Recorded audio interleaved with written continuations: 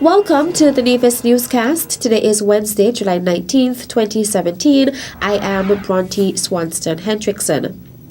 Following diplomatic involvement by Prime Minister Dr. the Honorable Timothy Harris, the Ambassador to Taiwan, Her Excellency Jasmine Huggins, and Minister of Foreign Affairs, the Honorable Mark Brantley, the Republic of China, Taiwan, has announced on Friday, 14th July, that it is offering visa-free access to nationals of St. Kitts and Nevis. The Honorable Mark Brantley said he feels privileged to have played a part in achieving this exciting opportunity for the citizens of St. Kitts and Nevis and for further embedding a truly bilateral relationship. The visa-free access granted by Taiwan is a clear indicator of the global confidence in the integrity of our passport and the due diligence measures that we have put in place to make applying for citizenship by investment a more robust process. It also means that the power of our citizenship has been further boosted and elevated to a global level of free movement, making it one of the most powerful in the Caribbean and Latin America. The measure, which takes place with immediate effect, will grant nationals up to 30 days visa-free entry into Taiwan. Prime Minister Harris said Taiwan has been a great supporter of St. Kitts and Nevis, and this step further demonstrates the strength of our collaborative partnership, which brings benefits to the citizens of both countries in the areas of business, tourism, trade, and cultural reciprocity. Her Excellency Jasmine Huggins advised that in order to benefit from this arrangement, citizens must satisfy a number of criteria. She said that they must hold a standard passport valid for at least 6 months, hold a return flight or boat ticket or a flight or boat ticket, have a valid visa for an onward destination, and possess no criminal record, as verified by immigration units upon arrival at an airport or port in Taiwan. Over the last 2 years, nationals of St. Kitts and Nevis have already had visa-free travel to a range of other countries, to include Brazil, the Maldives, Indonesia, Seychelles, Bolivia, Sierra Leone, Kenya, Ukraine, Kosovo, Kazakhstan, and now Taiwan. The Ministry of Communication and Works, in collaboration with the Ministry of Education, are currently undertaking rehabilitation projects on various schools on Nevis. On Monday, July 17th, Junior Minister in the Ministry of Communication and Works, the Honorable Troy Liburd, was on site at the Gingerland Secondary School, where demolition of the school's office was taking place. You would know that this is a project that started in 2015. In summer of 2015, the Ministry of Communication and Works, in conjunction with the Ministry of Education, did very significant upgrades on some of our schools around Nevis. What we realized at that time was that there was a lot that was left undone. And so we took 2 years to plan, to take care of some of those things that we could not get taken care of in 2015. So here we are now in summer of 2017, and we are going full speed ahead. This is one of a number of projects that are going to be starting throughout this week and early next week. According to Director of the Public Works Department, Raoul Pemberton, one of the reasons for the upgrade was to provide enough space for both the deputy principal and principal of the school, as they previously shared a room which was originally built for one person. Liburd said that the contractor for the project is a resident from the Gingerland area, Myron Jeffers. He also emphasized that the work will be undertaken by all local contractors. I want to assure you that all of the contractors are going to be our local contractors. So here again, the government is continuing with our promise, what has been our mantra, to do work to benefit the people and also to use our own local people to do most of the work.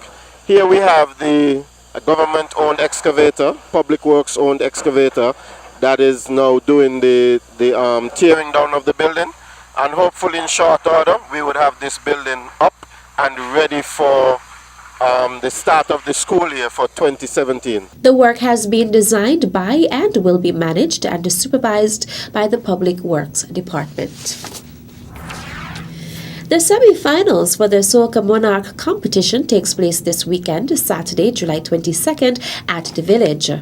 Chairman for the Soca Monarch competition for Culturama 43, Remigio Powell, outlined the acts performing for both Power and Groovy segments. In the Groovy segment, Enforcer number 1 with Pull It Out, Pakis number 2 with Follow It, Hollywood number 3 with Happiness, Etodan and Kezi, Groove Me, number 4. Number 5 will be Badman Polo with Do Them. Number 6, Statics, Demotion. Number 7, Nikhil, Take Over Me. Number 8, Blade, Sweating. Number 9, X-Man with Formula 1. Number 10, Daddy Tusty Frosty. And number 11, Lil Miss Energy. And in the Power segment, number 1, Ayatollah, Bouncing Back. Number 2, J-Money, Pokemon. Number 3, Michael Morton, Chook. Number 4, Hugh J, Sweet Formula. Number 5, Hollywood, Around the Clock. Number 6, Selector Madam DJ Willis, Wutop TV. Number 7, X-Man, Happy to Be Alive. Number 8, Daddy Tusty, How We Do It. Number 9, Eto Dan and Kezi with Clean Session. And number 10, Jeezy Sparta with The Sweeter the Better. Powell also spoke about the songs for this year's Soca Monarch competition. For the both segments, it would be 7 artists going forward, but if the 7th and 8th place tie, we would allow 8 to go through against Delhi, so it would probably be 9 instead of 8. So far, I like all the songs. I think some of the guys release a bit late, but kudos to those who were able to release early. The songs get a good bit of airplay, especially by the DJs in town at the Bacchanal Corner. I've been trying to tell some of these guys, get the songs out early so the DJs could play them and so on. I think the combination of artists from St. Kitts and Nevis makes it a bit more competitive, because I believe that St. Kitts and Nevis have a slight different culture in terms of musical production. So the music is sounding very spicy. There's a lot of new material. Last year we had some of the artists from St. Kitts coming over, but they were using songs that they used in Carnival from the year before. But this year, the songs are fresh, the songs are new, so you won't feel like you're coming to part 2 of St. Kitts Soca Monarch, and that is what I like about this year.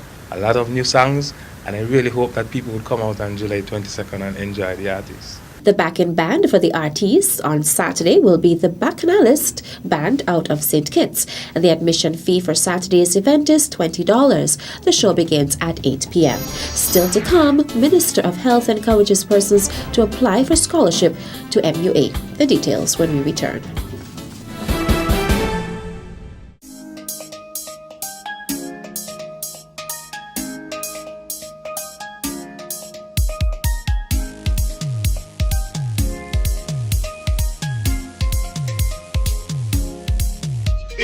Dancing and whining and fretting till the morning. Like drinking, masquerading, live music always playing. Like islands of blue seas where people always smiling. Like street jams and bandstands where people will be jamming. Don't you miss this time, no. Our festival, our legacy. Don't you miss this time, no. The Caribbean's greatest summer lion. Don't you miss this time, no. Our festival, our legacy. Don't you miss this time, no. The Caribbean's greatest summer lion.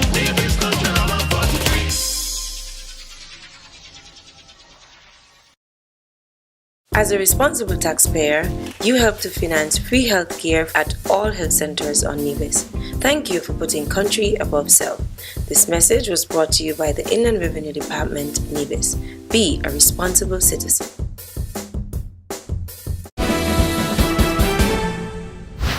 Welcome back. Residents on Nevis will soon benefit from employment opportunities stemming from a new venture between the Nevis Island Administration, NIA, in collaboration with the Nevis Solid Waste Management Authority and Enclave Resources. The announcement was made from owner of Enclave Resources, Jeffrey Folsom, who explained that in September, when the company launches their branch in Nevis, residents on the island will be trained and hired to assist with the recycling project. I will not be importing talent to run the equipment. I want to utilize the human resources, the human capital on the island, and employ them. I don't see any point in bringing people over from the mainland USA other than training. Okay, my direct partners and I, my adult sons as well, they'll be involved in the management, but as far as day-to-day employees and whatnot, it'll be 100% island resource. Folsom promised to the NIA and the residents of Nevis to not only clean up the island, but maintain it clean over the years. Not only get this island cleaned up, but keep it clean once we get it that way. And, we've been in the solid waste business for a long time, and I gave my word to Minister Brantley that we would be here as a resource to assist him any way that he feels with the solid waste department. Andrew mentioned that the trash should be turned into a resource. Let's get this hard work done first with the metal and the cardboard, and then we can start looking toward turning the rest of the solid waste into a resource. That's my commitment to the island, to Minister Brantley, to Andrew, the citizens of Nevis. He also used the opportunity to explain that the project will also be collecting unwanted appliances and derelict vehicles from persons' homes around the island per request. Enclave Resources operates in California but was designed to be a special purpose entity to start recycling metals on Nevis. The project includes 3 phases: setting up the logistics of the company and the equipment of the island, cleaning up the abandoned appliances around the island and transporting them to recycling entities, and the final phase, which is maintaining the island and the landfill as clean as possible.